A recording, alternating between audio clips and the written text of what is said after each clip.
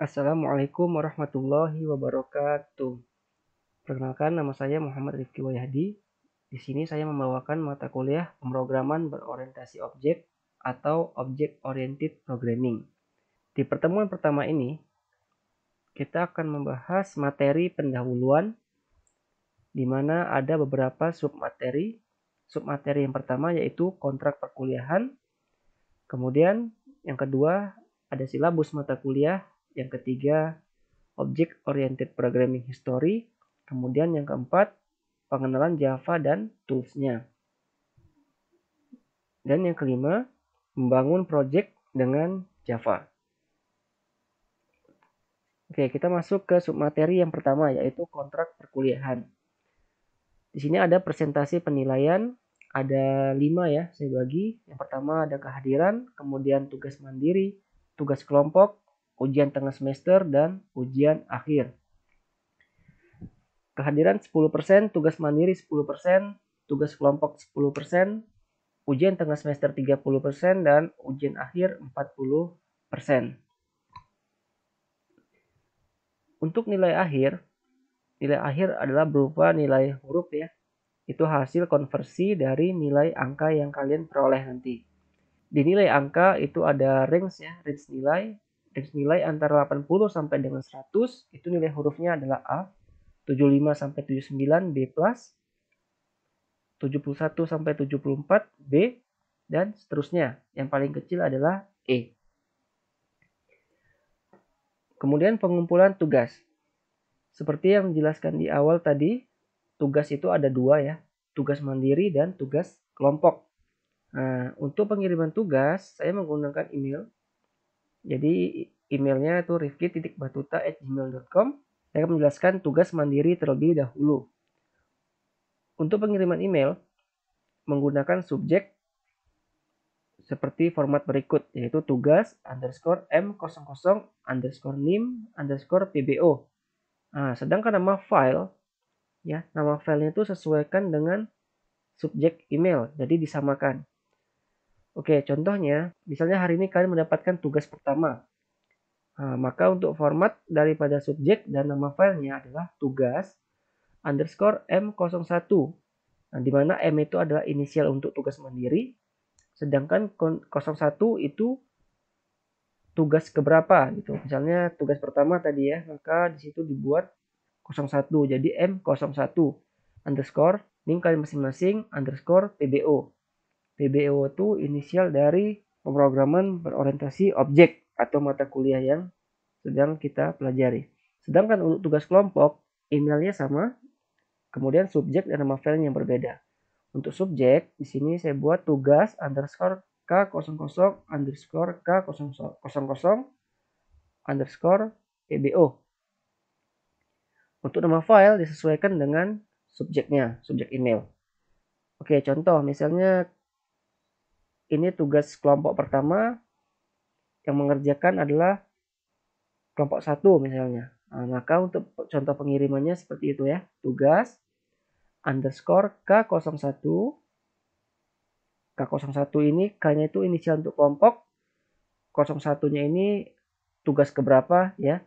Kemudian underscore K01. K01 yang ini itu kelompok keberapa. Nah, kalau yang depannya ini K01 ini tugas keberapa, sedangkan K01 yang belakang itu kelompok keberapa. Kemudian underscore PBO. Oke, untuk nama kalian, kemudian kelas, dan lain sebagainya itu tidak perlu kalian cantumkan di bagian subjek atau nama file ya. Nah, jadi misalnya kalian mengirim nih, letakkan aja nama lengkap kalian misalnya di bagian badan email misalnya, itu boleh. Kedua, bisa juga kalian buat di dokumen. Nah, di dokumen tugas kalian itu boleh di dalamnya.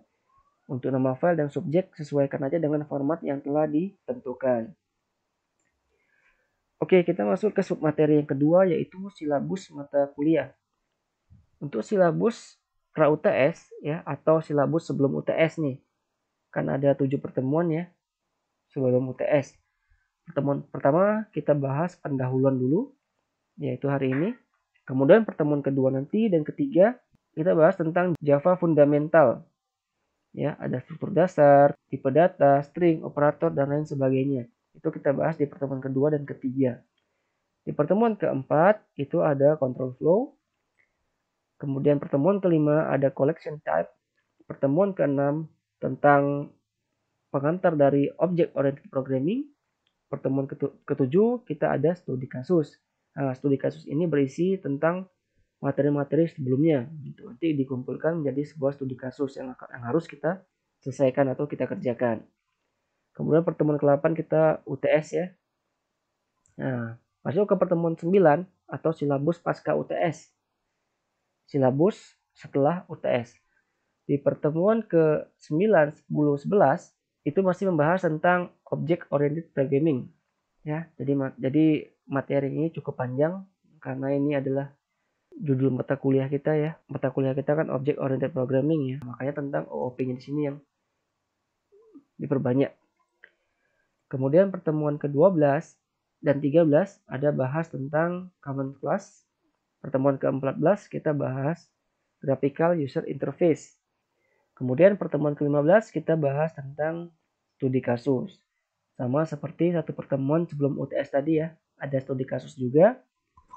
Studi kasus ini berisi tentang materi-materi di pertemuan-pertemuan sebelumnya. Jadi kita kumpulkan. Kemudian nanti ada studi kasus yang harus kita selesaikan di situ. Oke, kemudian submateri yang ketiga ada OOP history atau sejarah tentang object oriented programming. OOP adalah singkatan dari Object Oriented Programming atau pemrograman berorientasi objek. Nah, di mana OOP ini pertama kali lahir di MIT ya pada tahun 1960-an.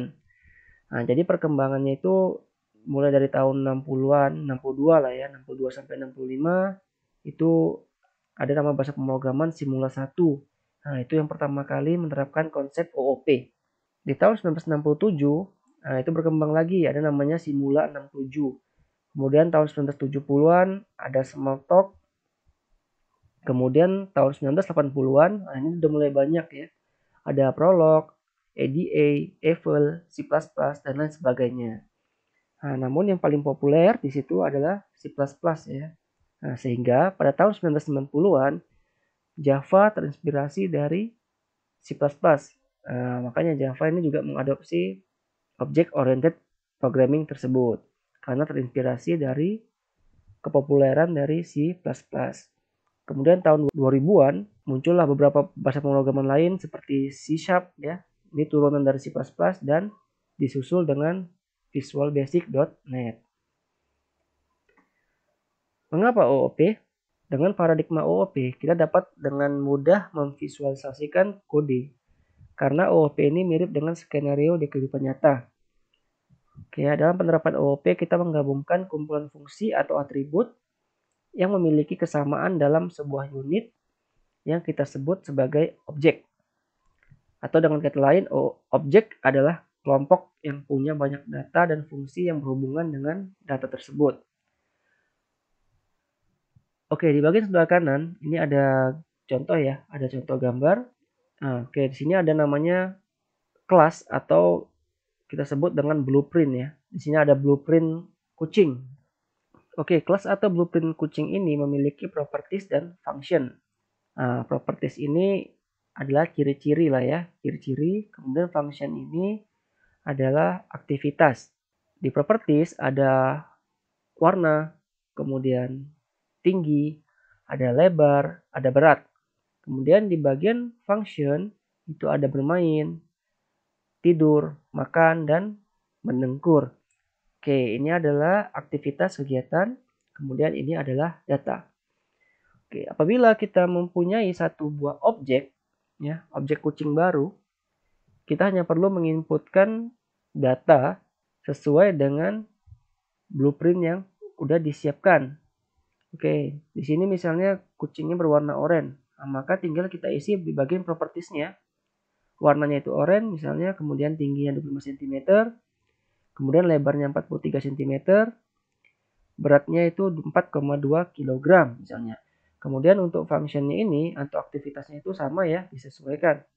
Namun apabila ada objek baru, misalnya ada objek kucing lagi nih, kucing berwarna hitam sama kucing berwarna abu-abu. Nah, maka ini tidak perlu kita definisikan ulang ya, nggak perlu kita buat lagi objek baru, kita buat lagi properties baru, kemudian function baru, itu tidak perlu. Kita cukup mengambil properties dan function dari blueprint atau kelas yang udah tersedia gitu.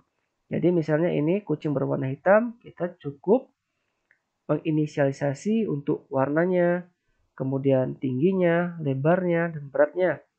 Kemudian ada objek baru lagi, itu cukup diisi di bagian yang sama. Kemudian untuk functionnya ini, itu adalah turunan dari kelas atau blueprint yang ada. Jadi tidak perlu kita definisikan satu persatu lagi, karena itu bisa menyebabkan semakin banyak kode yang ditulis. Oke, dalam dunia pemrograman, khususnya dalam paradigma OOP, kita sering membuat banyak objek dengan jenis yang sama. Contohnya yang kucing tadi ini ya, ini kan sama nih, jenisnya sama kan, kucing gitu.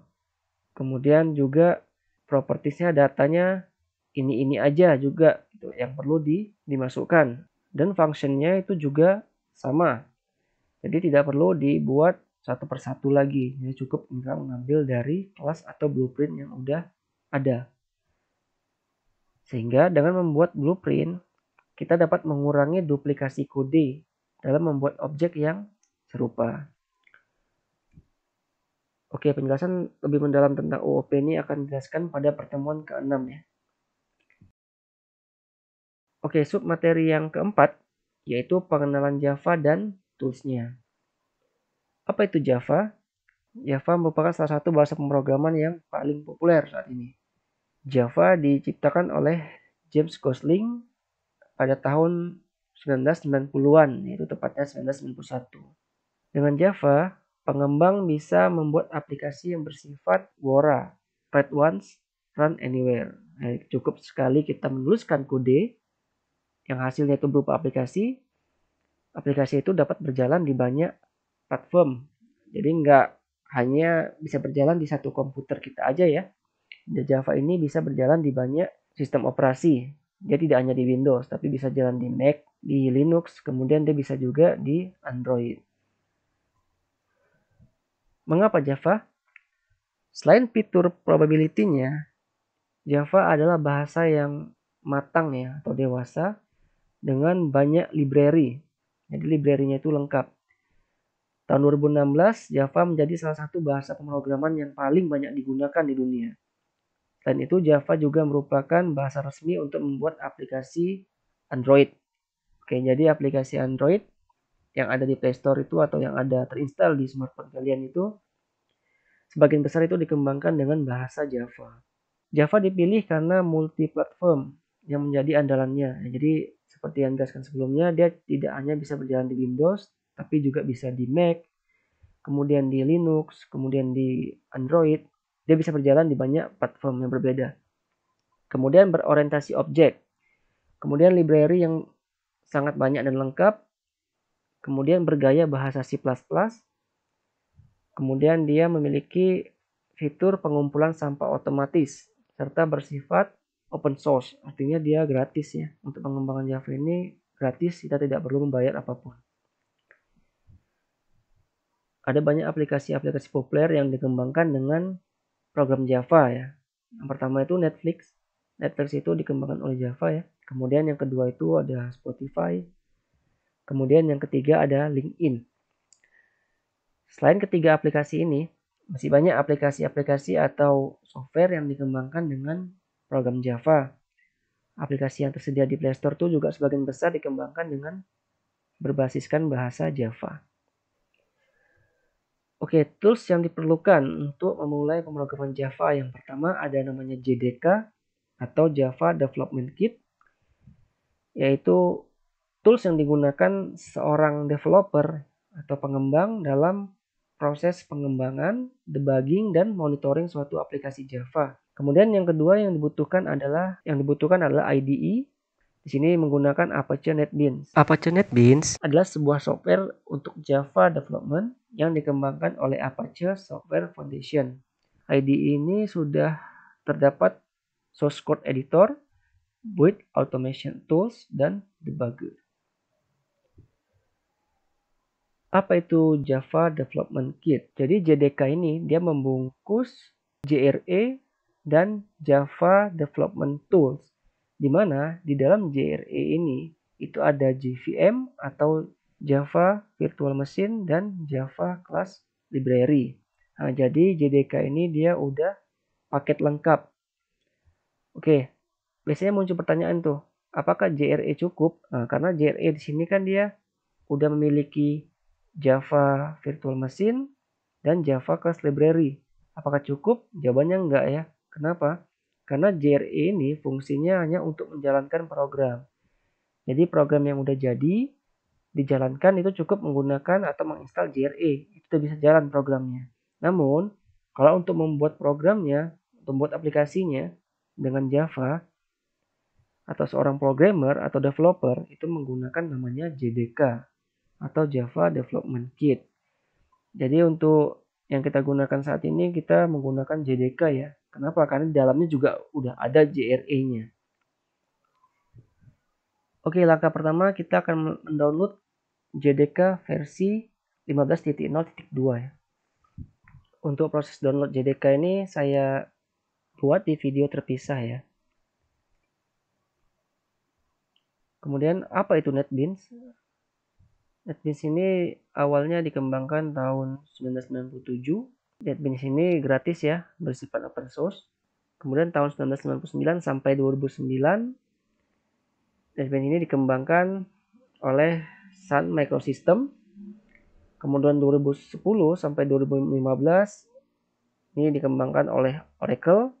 Nah, dan yang 2016 sampai sekarang ini sudah dikembangkan oleh Apache Software Foundation. Dimulai dari NetBeans 9 ke atas. Oke, jadi yang kita gunakan sekarang ini adalah yang dikembangkan oleh Apache ya. Apache NetBeans. Ini ada homepage-nya netbeans.apache.org. Oke, untuk proses download akan saya jelaskan di video berikutnya. Proses instalasi juga akan dijelaskan di video berikutnya.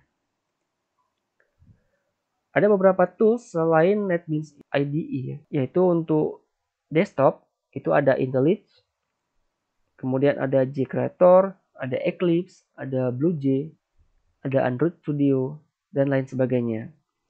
Sedangkan yang berbasis website itu ada Cloud.io, kemudian Ripple.it, dan lain sebagainya. Kemudian untuk smartphone juga bisa ya. Jadi nggak ada alasan untuk nggak belajar ya. Jadi nggak hanya yang punya komputer atau laptop yang bisa belajar, namun yang hanya menggunakan smartphone juga bisa. Itu ada nama aplikasinya Java NIDE, kemudian ada JVDroid, kemudian JStudio, dan lain sebagainya. Oke, submateri yang keempat, membangun project Java. Ini juga nanti ada di video selanjutnya ya. Dan di sini saya jelaskan secara langkah-langkahnya aja. Oke, setelah terinstall tadi kita buka ya. Kita buka ya Apache NetBeans-nya. Kita klik 2 kali pada icon yang ada di desktop. Kemudian kita buat sebuah project baru. Kita klik new project di bagian sebelah kiri atas nanti ada situ. Atau shortcutnya itu Ctrl+Shift+N. Kemudian dia akan muncul kotak dialog seperti ini, new project. Nah, di bagian sebelah kiri ada kategoris. Di kategoris kita pilih Java with Maven. Kemudian di bagian sebelah kanan projectnya kita pilih Java Application. Kemudian kita klik button next.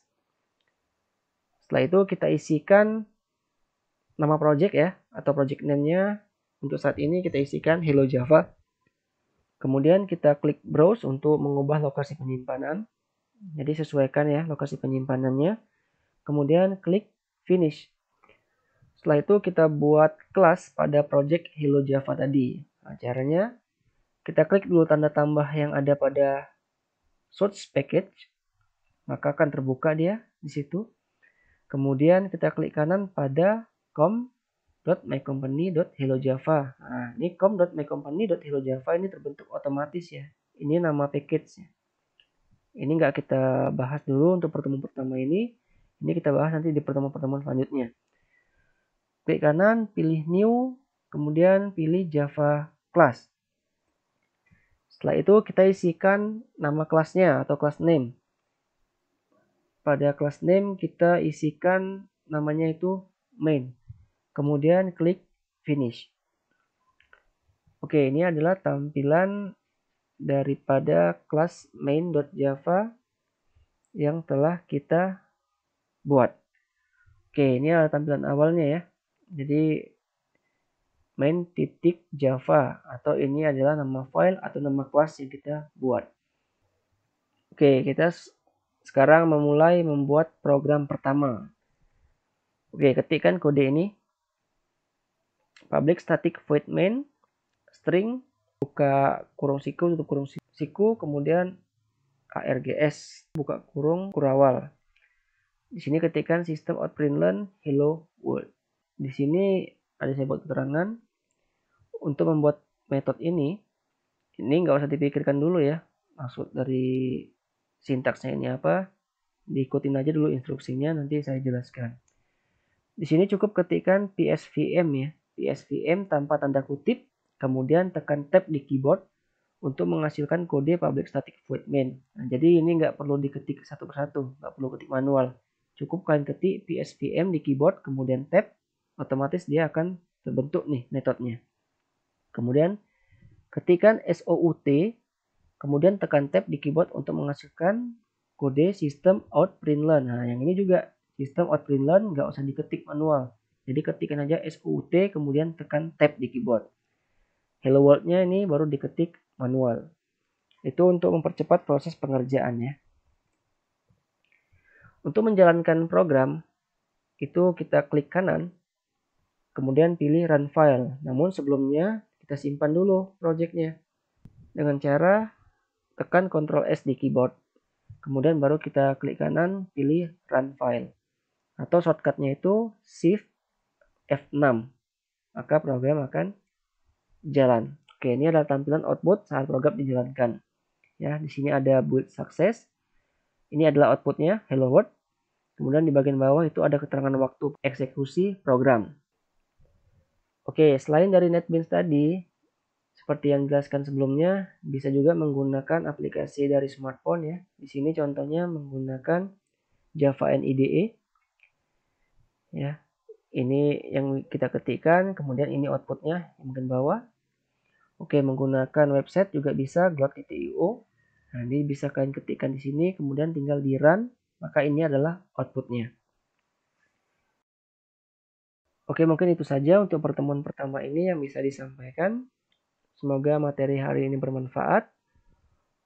Untuk video download dan instalasi JDK dan NetBeans-nya ada di video selanjutnya ya. Assalamualaikum warahmatullahi wabarakatuh.